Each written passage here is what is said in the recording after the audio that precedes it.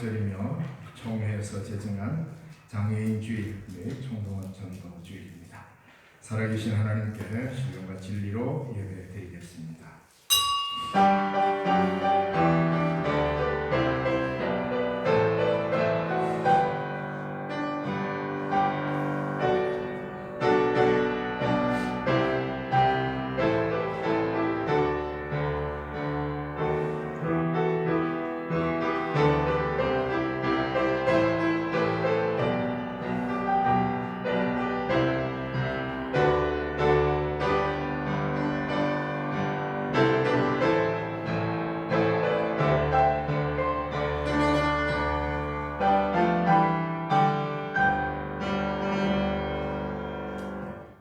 여호와 우리 하나님이여, 우리를 구원하사 여러 나라로부터 모으시고 우리가 주의 거룩하신 이름을 감사하며 주의 영예를 찬양하게 하소서.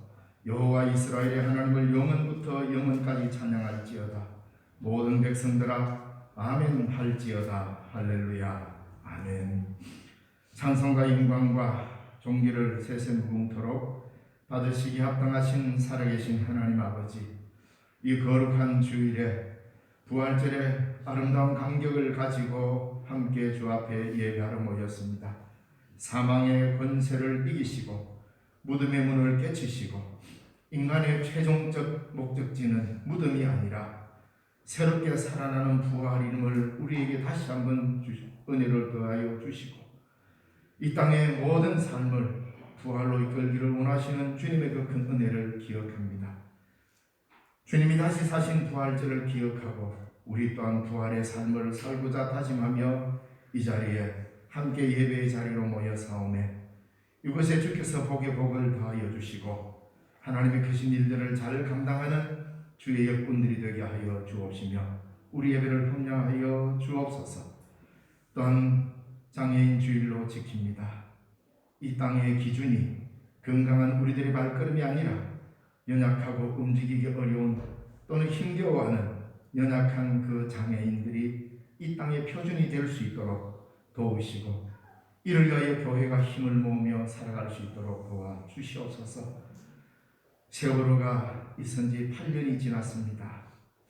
수많은 생명이 죽음을 경험하고 이 땅의 슬픔이 아직 가시지 않는 채 지나가고 있사오매 다시는 이 땅에 그러한 일들이 일어나지 않도록 도우시고 생명 존중에 대한 믿음의 본을 이 땅의 교회가 다시 세워갈 수 있도록 은혜 더하여 주시옵소서.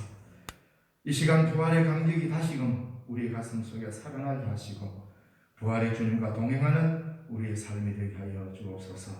우리 예배를 흠량하여 주옵소서. 주 예수님 이름으로 기원하옵나이다. 아멘. 교회 찬송가 154장.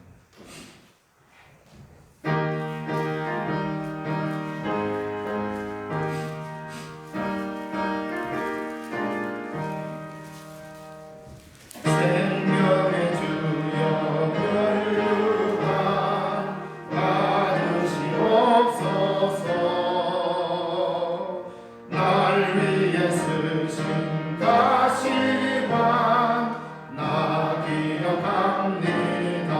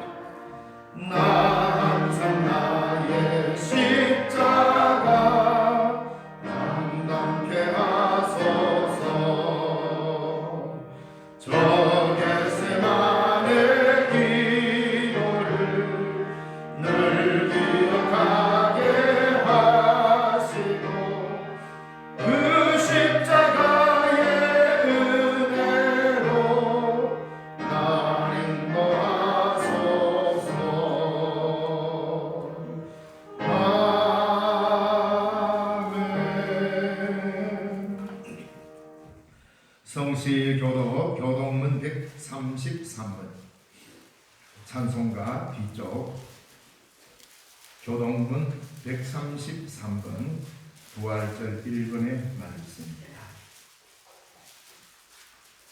성시교도 교동문 133번 부활절 1번 하나님께서 그를 사망의 고통에서 풀어 살리셨으니 우리 주 예수 그리스도로 말미암아 우리에게 승리를 주시는 하나님께 감사하노니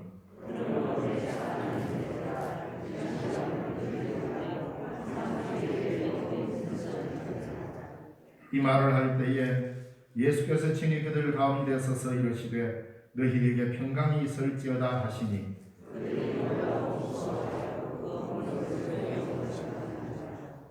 예수께서 이르시되 어찌하여 두려워하며 어찌하여 마음에 의심이 일어나느냐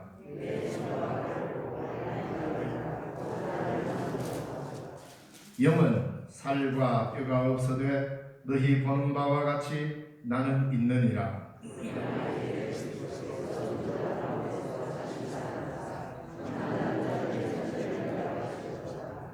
예수께서 이르시되 나는 부활이요 생명이니 나를 믿는 자는 죽어도 살겠고 무릇 살아서 나를 믿는 자는 영원히 죽지 아니하리니 이것을 내가 믿느냐.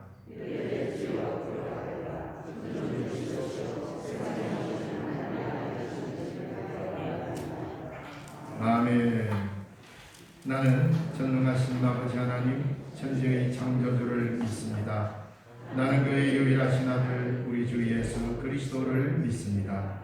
그는 성령으로 잉태되어 황정녀 마리아에게서 나시고 본디오 빌라도에게 고난을 받아 십자가에 못 박혀 죽으시고 장사된 뒤 사흘 만에 죽은 자 가운데서 다시 살아나셨으며 하늘에 오르시어 전능하신 아버지 하나님 우편에 앉아 계시다가 거기로부터 살아있는 자와 죽은 자를 심판하러 오십니다.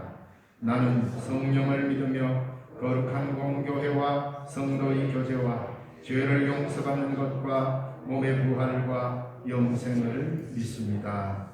아멘. 헌신 찬송 찬송가 169장입니다.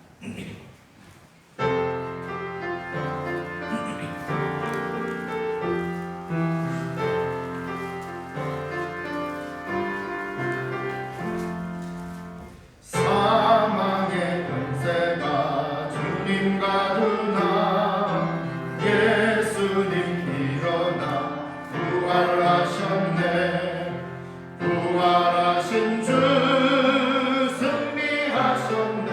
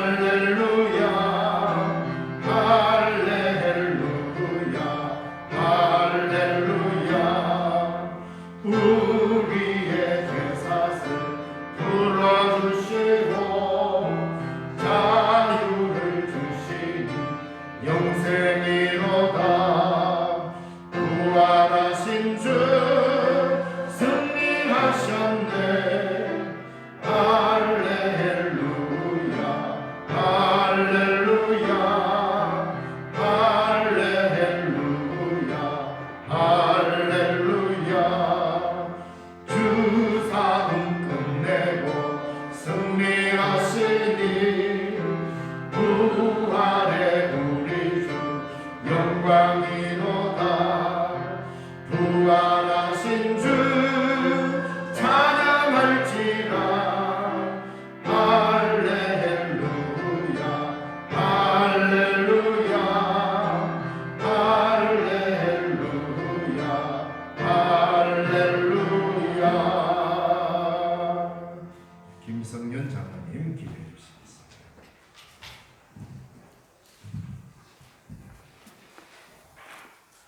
십자가의 고난을 통하여 부활의 산 소망을 주신 하나님 아버지, 사망 권세를 이기시고 부활하신 예수님께 경배와 찬양을 드립니다. 십자가로 승리하신 성자 예수님을 통해서 구원의 역사를 이루신 성부 하나님의 은총과 성령 하나님의 도우심에 모든 존귀와 영광을 돌립니다. 부활하신 예수님을 기념하며 부활의 산 소망으로 성삼위 하나님을 예배하오니 하나님 우리의 예배를 받아 주옵소서. 부활의 아침을 맞이하는 우리의 신령한 하나님의 법을 즐거워하지만 우리 각자의 지체 속에 있는 한 다른 법이 우리 마음의 법과 싸워 우리 지체 속에 있는 죄의 법으로 우리를 사로잡고 있습니다. 죄와 허물로 죽었던 우리를 살리실 분은 오직 예수님이심을 믿사오니 십자가의 보혈로 죄와 사망의 법으로부터 완전한 자유를 주옵소서. 그리스도의 십자가 앞에 우리의 가슴을 치며 죄를 회개하오니 보배로우신 예수님의 보혈로 깨끗하게 씻어 주옵소서. 죄의 본성 때문에 부활의 기쁨이 유하는 기쁨이 되지 않도록 항상 그리스도 예수 안에 거하며 그리스도의 십자가를 붙들게 하옵소서. 아담의 원죄로 말미암아 모든 인류는 사망 선고를 받았지만 이제 예수님의 십자가의 은혜로 모든 인류는 구원의 기회를 얻게 되었습니다. 한 사람 아담으로부터 시작된 사망이 한 사람 예수님으로부터 끝났습니다. 예수님의 부활은 실제임을 믿습니다. 나는 부활이요 생명이니 나를 믿는 자는 죽어도 살겠고 무릇 살아서 나를 믿는 자는 영원히 죽지 아니하리니 이것을 내가 믿는 자는 예수님의 질문에 믿음으로 아멘하게 하옵소서. 날마다 부활의 소망을 품고 천성을 향해 나아가게 하옵소서. 부활의 기쁜 소식을 주신 하나님, 예수님의 부활이 나라와 민족, 온 땅 열방을 향해 전파되게 하옵소서.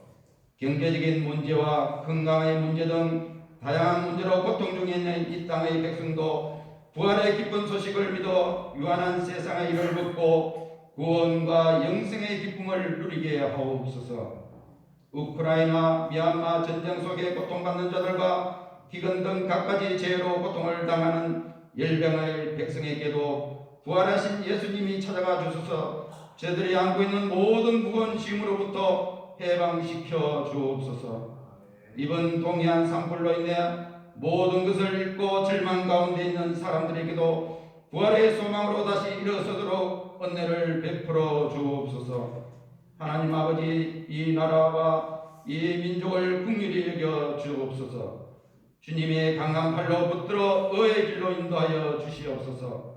세우신 대통령과 모든 위정자들이 하나님의 선하신 뜻을 따라 선진들의 기도와 희생으로 지켜온 이 자유 대한민국의 가치를 높이고 오직 겸손함으로 섬길 수 있도록 은총을 허락하여 주옵소서. 주님, 저 북녘 땅에도 주의 사랑과 은혜로 평화의 물길이 흘러 넘치게 하여 주시옵소서.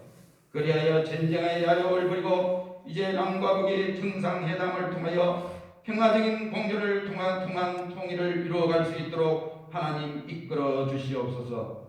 은혜로우신 주님, 우리 신령 중심의 주의 몸된 교회를 세워주시고 날마다 구원받는 성도들로 큰 구원의 역사를 이루어 이제 주님 안에서 올 64주년을 맞이할 수 있도록 인도하시고 함께하여 주신 은혜에 감사합니다. 64년 전 천막교회를 시작하여 오늘에 이르기까지 믿음의 선조들의 눈물의 기도와 성김과 봉사가 있었기에 우리가 좋은 환경 속에서 하나님 앞에 예배와 기도와 찬양을 드릴 수 있습니다. 뒤돌아보면 이 모든 것이 다 하나님의 은혜임을 고백합니다. 하나님의 거룩하신 이 몸된 교회를 세워나가는 모든 지체들에게 성령의 충만함을 허락하여 주시옵소서. 협력하여 새로운 도약과 부흥의 역사를 이루어 더욱 은혜로운 교회를 맞이하면서 미래의 비전을 준비하는 교회가 되기를 원합니다. 주님 몸된 교회 전에 속해 있는 믿음의 권속의 자녀들, 군문으로 학원으로 직장으로 해외로 나가 있는 자들도 있사오며 주님 어느 곳에 있든지 이 시간을 기억하며 함께 기도하는 은혜의 자리를 인도하여 주시옵소서. 부활의 메시지를 선포하신 우리 목사님께 은혜를 주소서. 십자가에서 승리하신 부활의 복음을 전하도록 능력을 베풀어 주옵소서. 하나님 우편에 앉아 계시는 예수님의 이름으로 기도드립니다. 아멘.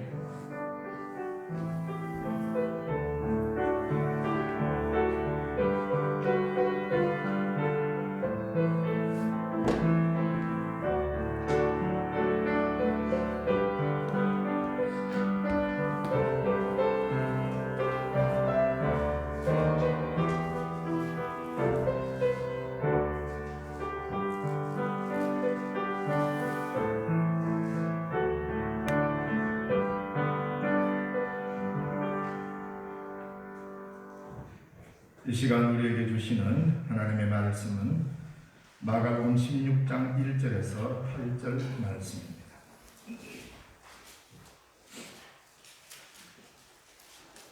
신약성경 85쪽 마가복음 16장 1절에서 8절의 말씀입니다.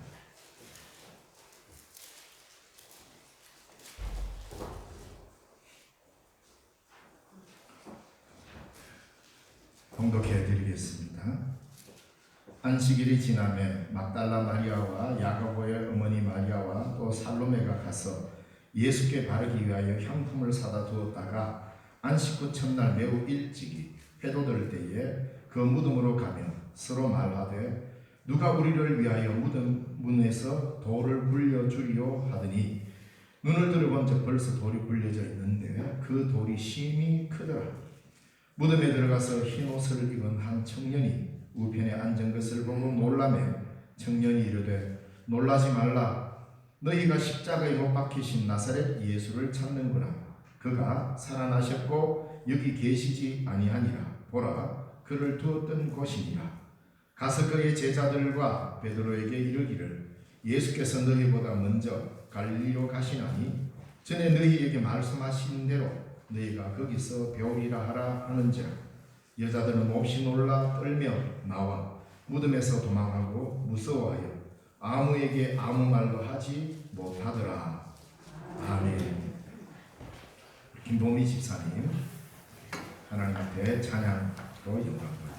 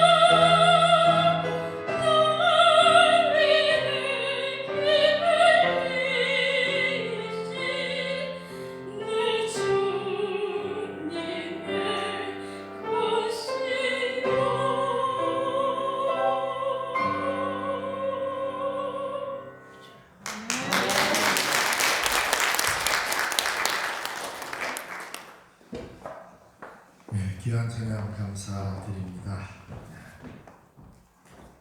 네, 오늘은 기독교의 가장 위대한 절기라고 할 수 있는 교회력 가운데 위대한 절기로서 부활절로 지킵니다. 네, 물론 우리에게는 성탄절과 또 부활절 이렇게 귀한 절기가 있습니다. 기독교를 가장 잘 설명해 주는 절기가 뭐냐 하면 사실은 부활절입니다. 물론 성탄절에 그리스도께서 성육신하신 놀라운 은혜를 이야기하지만 그 성육신 속에 이미 부활절이 함께 거기 함유되어 있다는 것을 우리는 잊지 말아야 합니다. 오늘 이렇게 부활절로 지킵니다. 예전 같으면 새벽 연합 함께 예배 드리고 아마 지금 나이 많으신 우리 권사님 집사님들 집에는 하얀색 한복 한 벌 지금 다 있을 겁니다. 그런 어떻게 보면 뭐 그런 걸 교리에 맞니 어쩌니 이런 걸 떠나서 한국 교회가 지켜 뭔가 부활절을 좀 특색 있게 보내고자 하는 하나의 열정이었고 귀한 일이었습니다. 그래서 많이 고민을 했어요. 부활절 날 우리 나이 많으신 분들 하얀색 한복 좀 입고 올라갈까 말까 몇 번을 망설이다가 새벽 예배 드리고 할 때는 많이 그랬는데 이런 것들이 어떻게 보면은 참 한국 교회가 가지고 있는 좋은 하나의 전통이었어요. 그러다 보니 부활절 그냥 주일날 와서 그냥 예배 한번 드리고 가니까 뭔가 이렇게 우리가 의식적으로 행하는 이런 것들이 좀 많이 약화되어 버렸습니다.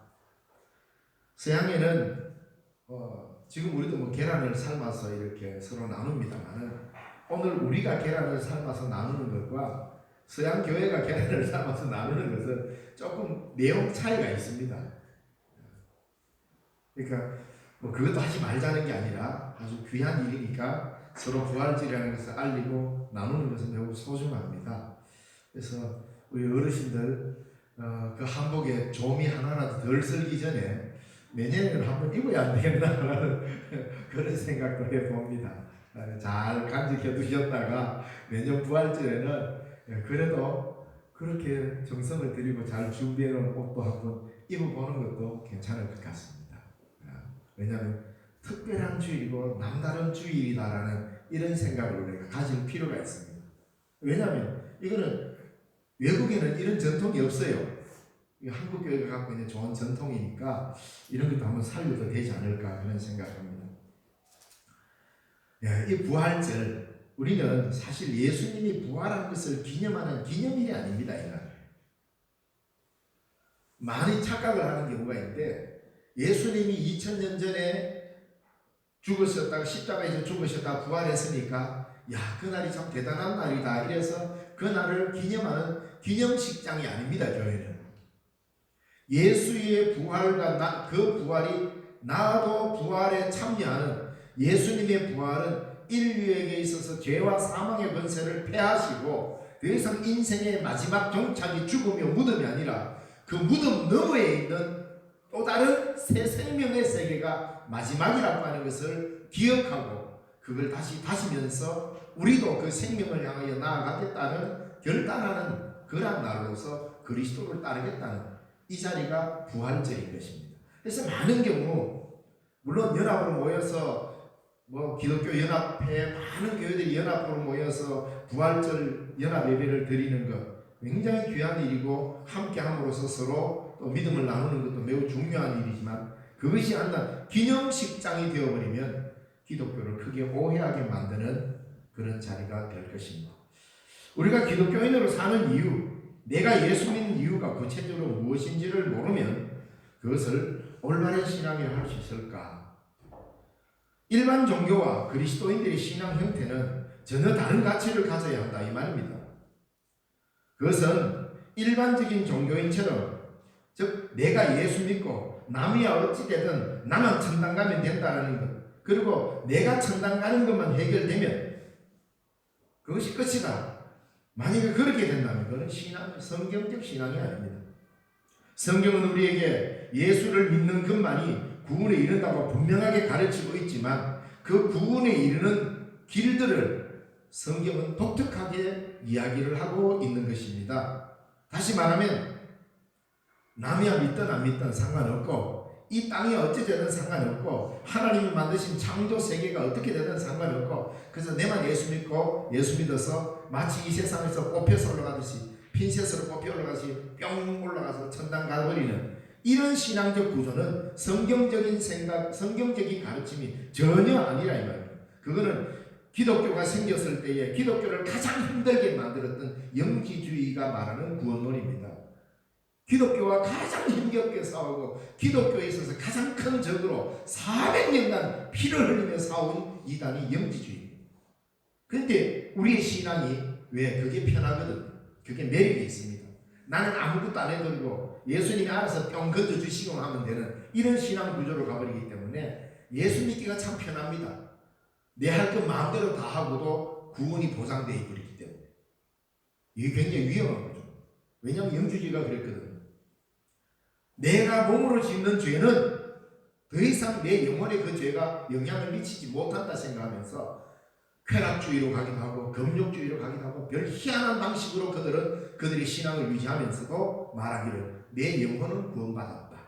이래버리고 거기에 정면으로 도전하며 그것은 신앙이 아니고 그것은 기독교가 아니다라고 말한 게 그 당시 초대교회와 교부들의 싸움이었습니다. 오늘날도 우리는 여전히 그냥 내가 예수 믿고 어찌됐든 내 영혼만 구원받으면 된다라고 이렇게 하면서 내가 사는 삶은 아무렇게나 살고 하나님이 지으신 창조세계에 대한 책임의식 없이 그냥 막 살아버린다. 이거는 성경에서 말하는 올바른 구원이 아닙니다. 예수를 믿는데 어떻게 믿어야 하는 것인가? 예수 믿고 천당 가는 것만이 최고의 가치로 사는 것?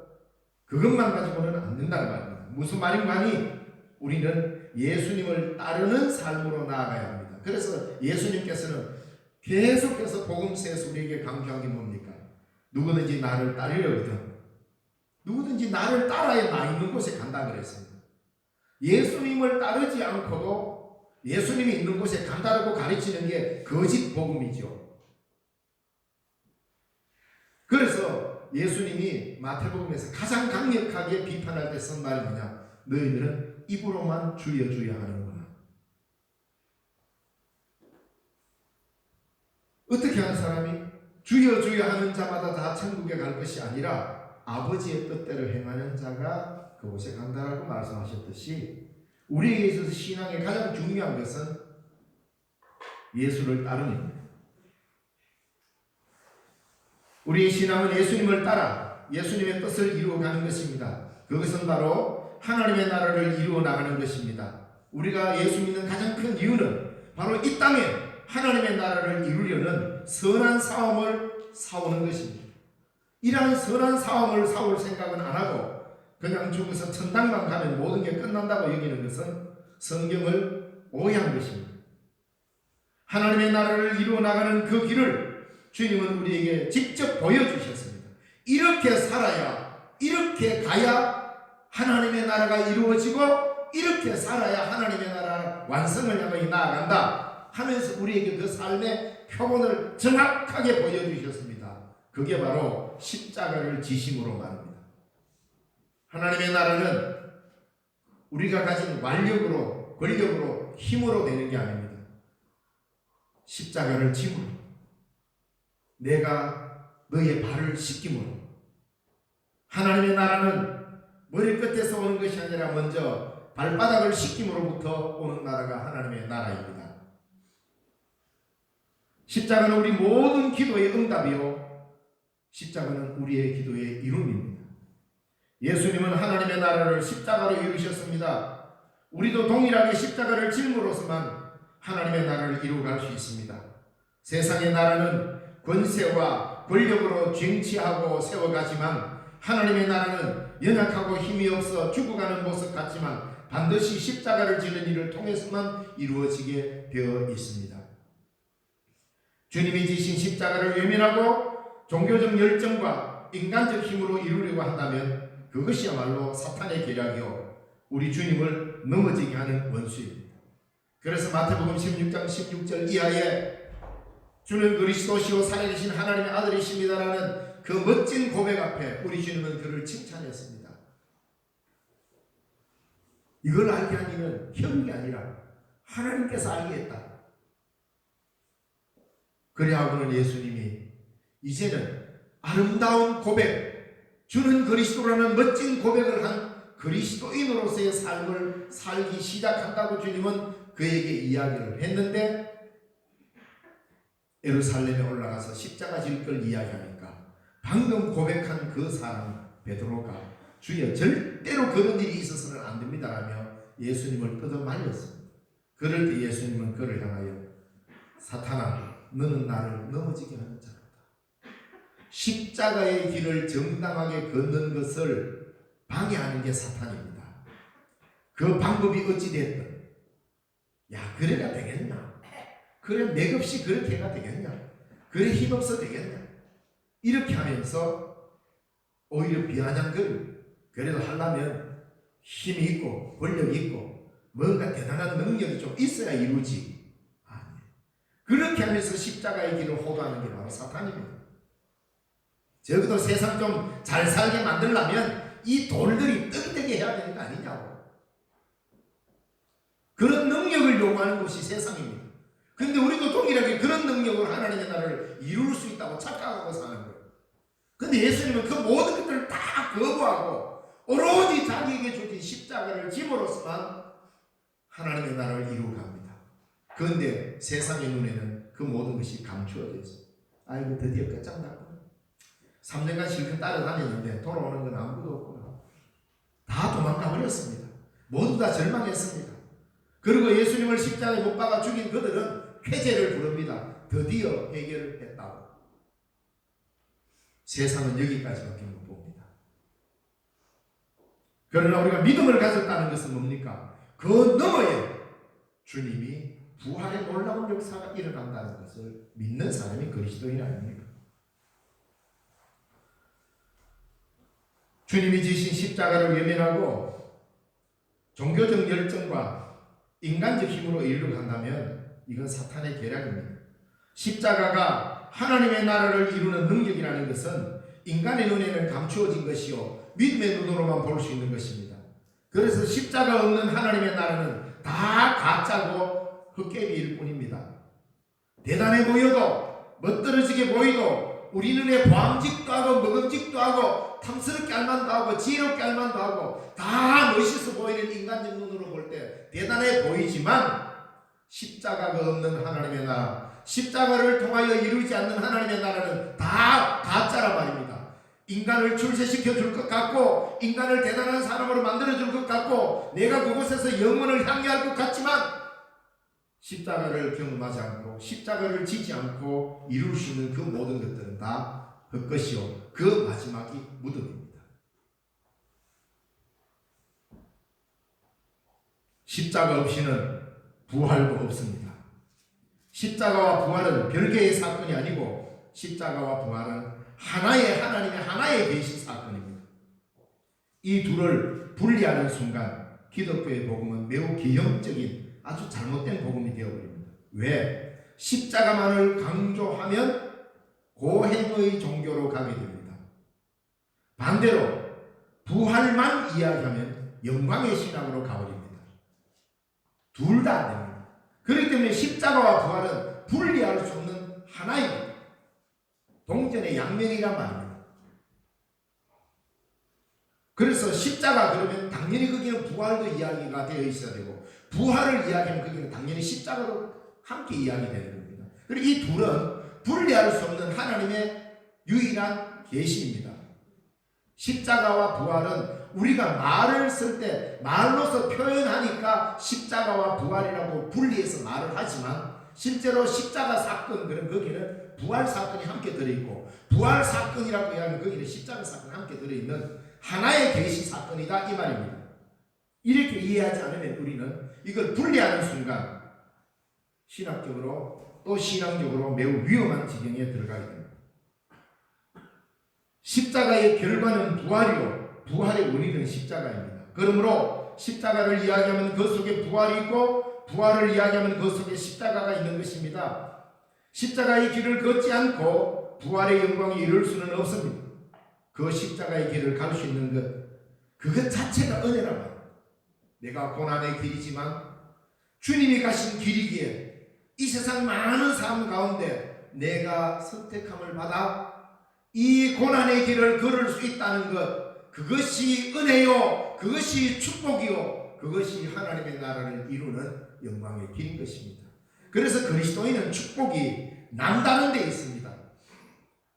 물론 우리가 이 땅에서 농사 잘 짓고 돈 많이 벌고 뭔가 획득하는 이런 것도 하나님의 복이죠. 그래서 가만히 돌아보면 하나님의 축복이 아닌 것이 없습니다. 고난도 내게 유익이요. 왜? 더욱더 십자가를 경험하게 하니 더 아름다운 길이요. 또 이 땅에서 잘 먹고 잘 사니까 이것도 하나님의 도움의 손길이요. 그래서 우리는 내가 하나님의 백성으로 태어나서 이 땅에서 하나님이 주신 형상을 덧입고 인간으로 살아가는 것 자체가 축복된 삶인 것이지, 아따 저 인간은 저주받은 인간이고 저 사람은 축복받은 사람이라고 구분할 수 있는 인간은 없습니다. 누가 구분합니까? 그래서 그리스도인의 시각은 이 세상의 모든 사람, 예수를 믿든 안 믿든 모든 사람은 하나님의 축복 가운데 있는 사람으로 규정하고 대해줘야 합니다. 나는 예수 믿었으니까 축복받았고 너는 예수 안 믿었으니까 저주받았다 하면서 그렇게 인간을 대하는 것은 성경의 가르침이 아닙니다. 정말로 하나님 앞에 궁극적인 복을 누리고 안 누리고는 그건 우리의 차원이 아니라 하나님이 하신 일인 것이고, 우리는 모두 다 예수를 믿든 안 믿든 인간으로 이 세상에 존재하는 모든 사람은 다 하나님의 형상을 덧입은 축복을 받고 태어난 사람들입니다. 그래서 귀하지 않는 생명이 없습니다. 그래서 예수 안 믿는 사람이라도 고통 중에 있다면 그도 복받을 사람으로 여기고 도와줘야 됩니다. 그게 십자가 지는 겁니다.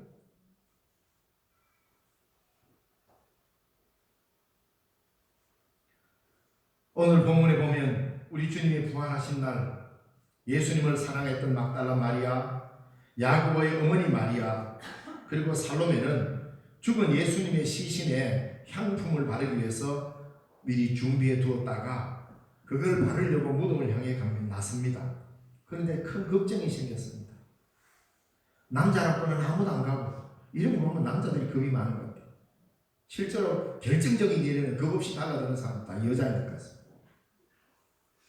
남자들은 힘이 있고 대단한 것 같지만 결정적인 순간에 보면 사실 겁을 많이 냅니다. 저도 그렇고. 그 새벽녘에 무덤을 향하여서 용기 있게 걸어간 사람은 여자들입니다. 누가 무덤의 돌을 굴려줄 것인가 라는 말을 서로 주고받으면서 사랑의 길을 나섰습니다. 왜? 주님께로부터 받은 사랑이 크기 때문에. 아마 예수님 시대 때에 그 랍비들이 여자들도 제자로 두는 관습이 있었으면 아마 예수님의 제자들은 거의 다 여자였을 겁니다. 예수님 제자들 다 남자지 않습니까? 근데 그 당시에 사회 구조상 여자는 교육받을 권리가 없었습니다. 그걸 랍비 아래에서 교육을 받아서 율법을 공부할 그런 이런 자격을 획득하지 못했습니다. 그러니까 여성의 인권이라는 게 그 당시에는 참 막막했죠. 그런데 예수님 주위에 항상 결정적인 일을 하는 사람들은 다 또 여자예요. 뭐 제가 여전도의 헌신회 때 더 자주 말씀드립니다만, 네. 남전도의 회관은 없습니다. 우리나라에. 여전도의 회관은 삐까번쩍하게 지어놨습니다. 여성들이 힘을 모아서. 이게 부활하신 예수님을 찾아가는 이 여인들을 보면 그만큼 주님을 뜨겁게 사랑했다는 말입니다. 그래서 다 살았을 때 잘하지요. 옛말에 정성 집에 개가 죽으면 조문을 가도 정성이 죽으면 안 간다는 말이 있습니다. 아마 살았을 때 뭐 할 수 있지만 죽고 난 뒤에 하고 그냥 내팽개칠 수 있는데, 이들은 끝까지 사랑하는 법을 주님으로부터 배웠습니다. 그래서 예수님이 무덤에 묻혔는데 그 시신의 향품을 바르기 위해서 가기는 갑니다. 가면서 걱정을 합니다. 야, 누가 무덤에 돌을 굴려줄 것인가? 그런데 사랑은 좌절을 이기게 했습니다. 무덤에 돌이 커서 여인들의 힘으로는 도저히 움직인다는 것은 불가능합니다. 그렇다고 집에 앉아서 걱정만 하고 있었던 것도 아닙니다. 걱정을 할 때 하더라도 일단 무덤까지는 가자, 이거였잖아요. 일단 예수님 가까이 가시는 가보자.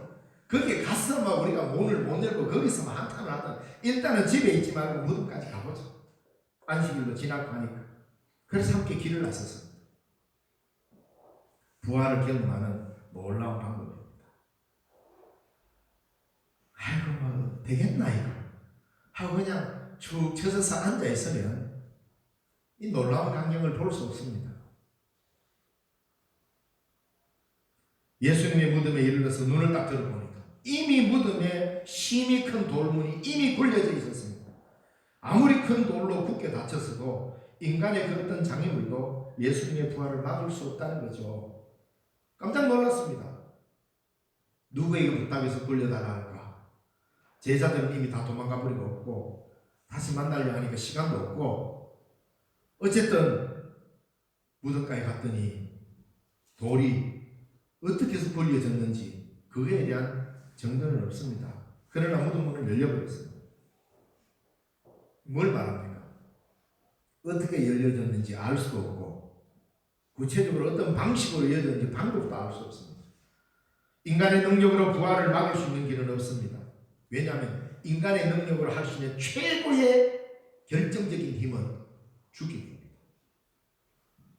그 사람을 죽여 없앰으로써 최후의 승리를 이야기하는 게 인간입니다. 그렇지 않습니까? 마지막에 내가 최고로 승리했다는 말은 밟든지 죽이든지 그 사람을 죽임으로써, 즉 사망이라고 하는 것으로 최후 승리를 얻는 게 이 세상 방식이요 인간의 방식입니다. 그런데 그 죽음을 극복해버리면 인간이 할 수 있는 일이 아무것도 없다는 것. 하나님의 전능하신 계시의 역사이기 때문입니다. 돌이 벌써 굴려져 있었다는 것이 바로 은혜라는 말이죠. 우리가 열어서 예수님을 부활시키는 것이 아닙니다. 하나님의 전적인 능력으로 하나님의 사건으로 이루어진 은혜의 일입니다. 즉 예수님의 부활은 그 어떤 인간적인 노력과 행위가 곁들여지지 않았다는 것입니다. 벌써 무덤은 열려져 있었습니다. 이 세 여인이 힘을 합쳐서 굴린 것도 아닙니다. 그들이 산에 올라가 무덤 가까이 이르러 눈을 들어보니 이미 무덤 문은 열려졌습니다. 그리고 무덤 안에 들어가 보니 흰옷 입은 한 청년이 우편에 앉아 있었는데, 이들은 당연히 예수님의 시신을 찾았습니다. 그런데 예수님은 없고 살아있는 사람이, 청년한 사람이 무덤에 앉아 있었습니다. 얼마나 놀라겠습니까? 상식적으로 맞지 않는 일이 벌어진 겁니다. 십자가에 못 박혀서 그 처절한 죽음을 직접 살펴봤는데 그 십자가에 못 박힌 예수를 찾는 이 여인이라는 것을 이 청년은 알고 이렇게 말합니다. 그가 살아나셨고 여기 계시지 아니하니라 라고 말씀하셨습니다. 부활하신 주님, 그 주님은 어디에 계십니까? 놀라지 마십시오. 여기 계시지 않습니다. 이래요. 충격 아닙니까? 아니 부활했다면, 그래서 자기를 그렇게 사랑하고 향품을 바르려고 준비해오는 세 여자는 좀 만나주도록 좀 기다리시든지, 무덤 안에서 오도록, 오실 줄 몰랐겠습니까? 아이고 저 새벽에 힘들게 오는데 내가 잠깐 기다려주지, 오면 만났다가 내가 가야지 뭐. 그거 아니에요? 그래야 그래도 좀 인지상정이고 예수님도 좀 뭐 정이 넘치는 그런 모습, 그런 생각 안 듭니까? 그런데 성경이 이렇게 증가합니다. 그는 여기 계시지 않는다. 성경에서 오늘 우리가 신앙생활하며 우리에게 던지는 가장 두려운 말씀, 그는 여기 계시지 않는다.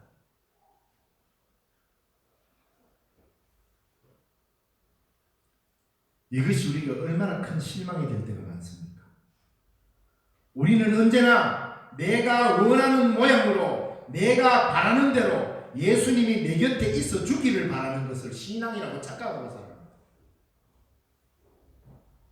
내가 있는 그 자리에, 내가 원하는 그곳에 언제나 주님이 있어 주기를 바라는 것, 이것이 신앙인 양 생각하는데 주님은 그렇지 않으셨습니다.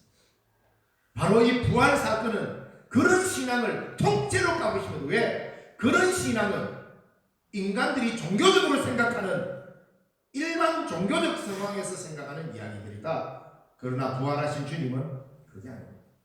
부활하신 주님은 여기 계시지 않는다.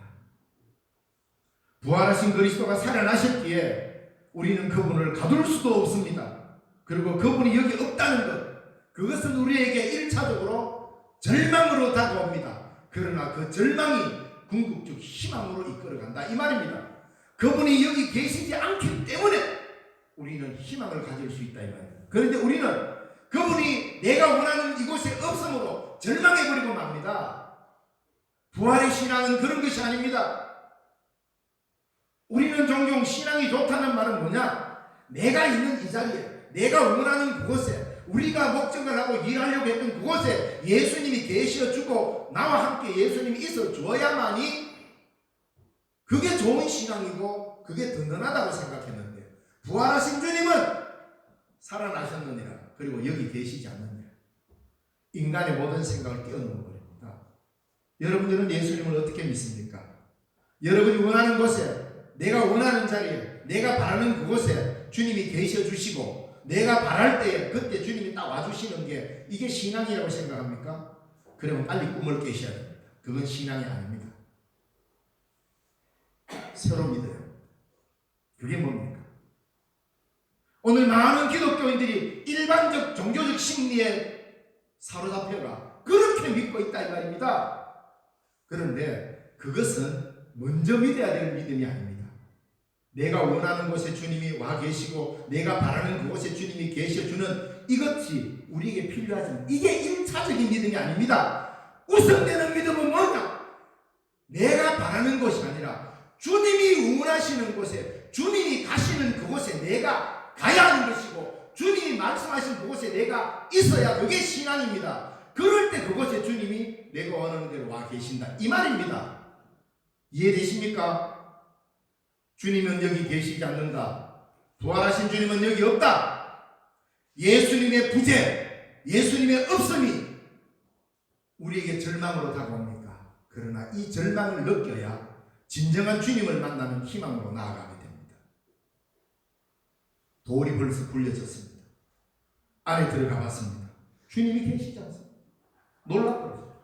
그게 반드시 있어야 된다고 착각했습니다. 오늘 우리는 어떤 믿음으로 부활의 주님께 나아갑니까? 예수님의 부재를 심각하게 경험해야 합니다. 그래야 주님, 도대체 주님은 어디 계시냐고 물을 수가 있습니다. 예수님은 뭐라 그랬습니까? 그는 여기 계시지 않고, 보라 그를 두었던 곳이다, 여기가 그가 머물렀던 곳이지만 지금 이곳에 그분은 계시지 않는다. 그리고는 뭐랍니까? 제자들과 베드로에게 이르기를, 예수께서 너희보다 먼저 갈릴리로 가시나니 전에 너희에게 말씀하신 대로 너희가 거기서 배우리라. 이 약속을 이루시기 위해서 주님은 갈릴리로 먼저 가셨습니다.